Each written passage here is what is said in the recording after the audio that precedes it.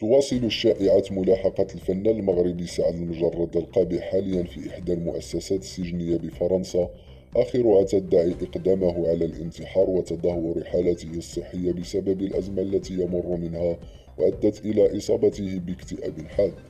وكشف مصدر مطلع في تصريح لجريدة إلكترونية أن الأخبار المروج لها بخصوص وضعية الفنان سعد المجرد مفبركة وعارية من الصحة، معربا عن استنكاره لمثل هذه التصرفات، خاصة في ظل الوضعية الحرجة التي يمر منها المجرد دون مراعاة للحالة النفسية لعائلته والمقربين منه.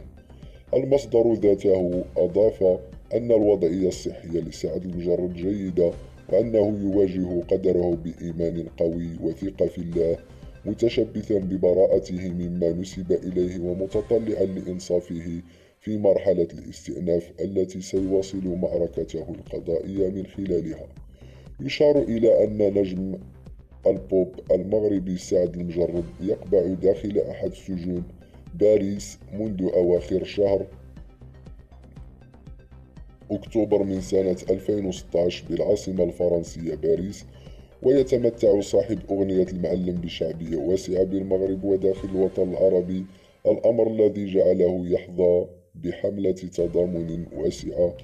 من طرف جمهوره الذي يعبر له عن ذلك من خلال منشورات عبر منصات التواصل الاجتماعي.